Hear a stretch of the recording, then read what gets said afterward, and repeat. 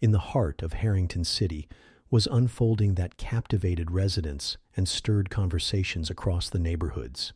The grand structure of the Harrington Courthouse, with its towering columns and resplendent windows, buzzed with anxiety as crowds gathered outside, simmering with curiosity about the events to unfold within. Everyone seemed to whisper the same question. Would Mayor Victor Steele face the consequences for a series of seemingly insurmountable missteps that had driven the city's finances into disarray? Standing in stark contrast to the whitewashed walls was a remarkable figure, Veronica Lee. A seasoned prosecutor and former state attorney general, Veronica had dedicated her career to ensuring public accountability. Today, she was set on proving her case against Mayor Steele, who was currently enveloped in a web of accusations that including the mismanagement of a substantial public fund, neglect of public safety, and betrayal of the citizens' trust. Across the courtroom, clad in a tailored navy suit, the mayor's expression was collected, but it perhaps revealed a subtle air of desperation. Behind him, a gaggle of attorneys scribbled frantic notes.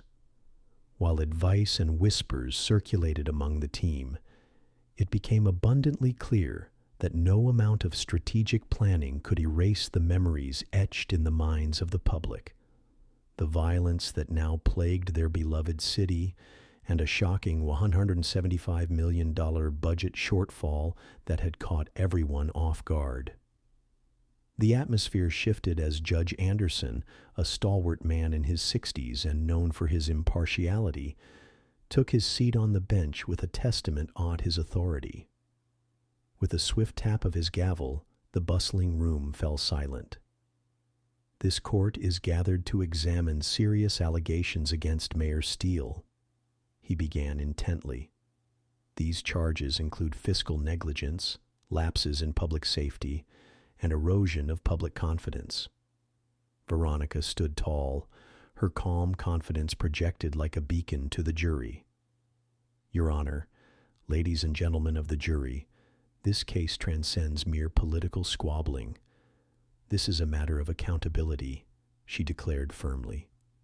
Turning her gaze toward the assembled jurors, she added, when the streets of Harrington City cry out for safety, and $175 million in funds promised to our citizens disappear, that is not just negligence, it is a profound betrayal.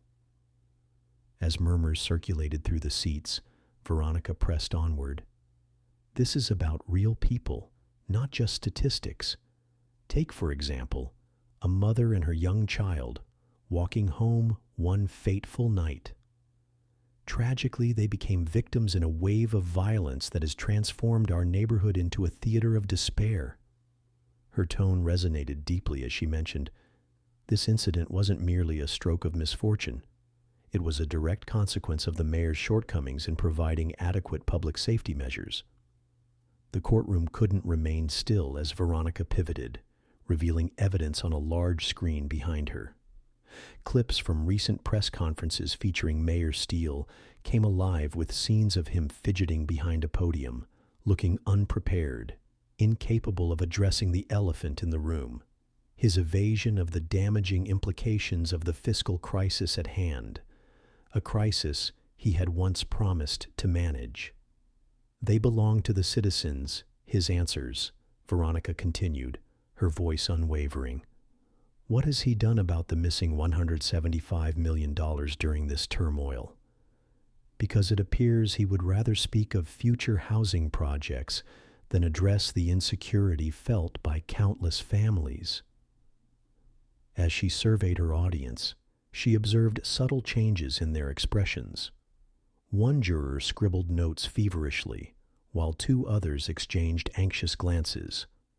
Was the prosecution making its case convincingly? As she introduced her next piece of evidence, a series of financial documents, she emphasized, ladies and gentlemen, these aren't mere speculations or politically motivated attacks. This is irrefutable evidence including budget forecasts that outline our mayor's intentions and priorities, except they reveal a disturbing trend of neglect.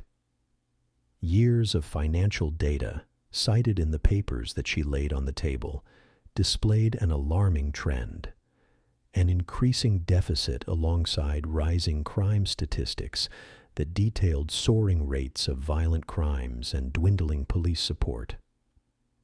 Veronica pointedly asked the jury, "What kind of leadership overlooks the realities faced by the very people who have entrusted their lives and livelihoods to those in power?" The tension in the room was palpable when she recalled the very challenging statement made by the mayor just the previous week. "You would think after so much chaos, shootings in our neighborhoods, there would be some admission of responsibility. Instead, we find him campaigning alongside plans for personal fundraising as if our city's challenges can be swept under the rug." The defense team, led by a charismatic attorney named Miles Ransom, had been waiting for their moment. He rose slowly from his seat, adjusting his tie with the meticulous care of a man full of convictions. "Ladies and gentlemen of the jury, I recognize the emotional weight of what you have just witnessed," he began, casting a sweeping glance across the room. "However, make no mistake. What you've witnessed is not a character flaw, but rather the complexities of governing one of the largest cities in this country."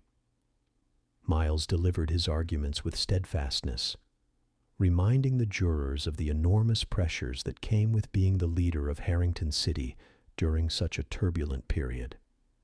Yes, there was a promise made regarding the reimbursement, but I urge you to reflect on the nature of the commitments made by city officials under duress. Not everything that glimmers is gold. Some things are mere shadows of intent.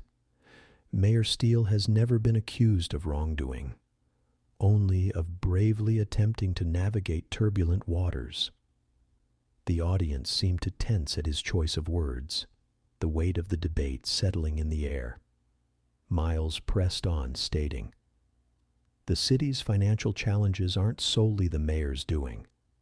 They encompass layers of broken systems, historical neglect, and ingrained societal issues that cannot be resolved overnight. A leader prioritizes long-term solutions when faced with complex and multifaceted crises." Veronica had her work cut out for her as she observed Miles wrapping up his defense with a conviction that appeared to woo some jurors. "You, the jury, must focus on the reality of duty versus obligation, the balancing of priorities in effective governance," he concluded. When it was her turn again for rebuttal, Veronica stepped forward with a composed expression, her hands clasped behind her back. "Mr. Ransom speaks of complexity as if it absolves guilt. Accountability isn't lost within convoluted narratives. When leadership fails, it's the very essence of trust that crumbles." She turned directly to the jurors, her eyes piercing through any ambiguity. "Consider the magnitude of the mayor's missteps.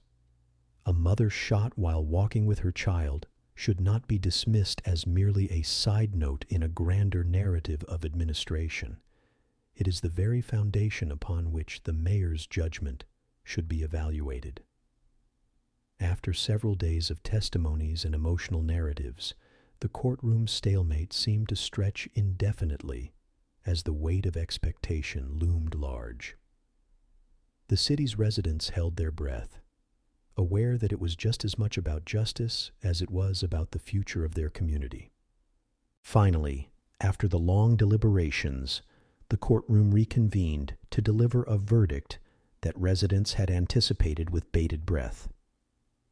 The judge seemed stoic as the forewoman approached, the envelope in her hands heavy with implications. As she read the findings, each syllable struck the audience like a gong, guilty of negligence regarding fiscal responsibilities and failure to uphold public trust. Gasps erupted as whispers flowed through the crowd, charging the atmosphere with disbelief. Mayor Steele's face turned pale, and shock washed over him as he processed the gravity of the verdict. His legal team's hurried discussions around him grew quiet. All thoughts abruptly captured in a moment of realization. The city's trust, once a currency he had, was now slipping through his fingers. As he stood there, a sea of conflicting emotions washed over him: disbelief, shame, and a dawning comprehension of leadership's heavy mantle. This trial had highlighted something far more significant than mere fiscal matters. It had unveiled the fragility of faith, a leader's most critical asset, and in that moment he understood that it was not merely a trial of accountability. It was an indictment of hope. The gavel fell once more, closing a chapter, yet barely beginning the next. Outside, the media frenzy erupted with fervor, and so too did the conversations among Harrington's residents. The stories whispered echoed a collective longing for renewed trust and an accountability that had been so sorely lacking. Within hours, various stakeholders began discussions regarding interim leadership and the city's path forward. Citizens hoped to rebuild, to reclaim their voices, reaffirming the need for safe neighborhoods and urgent reforms. As the sun set over Harrington City, its skyline lit like flames peer over hopes and fears. Standing amongst it all was Veronica Lee, who knew that there would still be challenges ahead. Those same shadows would linger. But for now, a long overdue glimpse of accountability shone through. She had not only fought for a verdict, she had ignited a movement, the fervor to demand transparency and transformative leadership in a city that desperately needed it. Each resident shared the legacy of their city, a narrative rich with pain, anger, but above all, an unwavering commitment to restore trust. While one verdict marked the end of Mayor Steele's term, it ignited a renewed determination among citizens of Harrington City, a chance to hold leaders accountable, to ensure that the next time they looked up, it would be at those who truly cared for their community.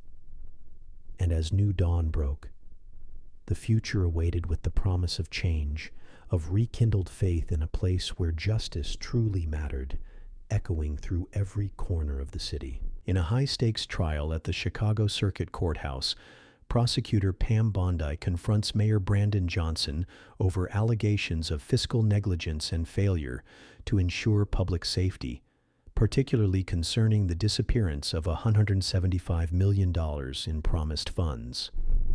The courtroom is tense with anticipation as Bondi lays out a case highlighting the mayor's broken promises and his evasive answers during press conferences. Throughout the proceedings, witnesses describe the negative impact on their businesses and the community, emphasizing the rise in crime and public fear. The defense argues Johnson's intentions were not criminal, but aimed at addressing multifaceted issues facing the city. After intense testimony and emotional appeals, the jury ultimately finds Johnson guilty of fiscal misconduct and violations of public trust, prompting a potential ethics review and igniting a debate about accountability in leadership. As the city processes the verdict, questions linger about its future and the necessity for genuine leadership and transparency.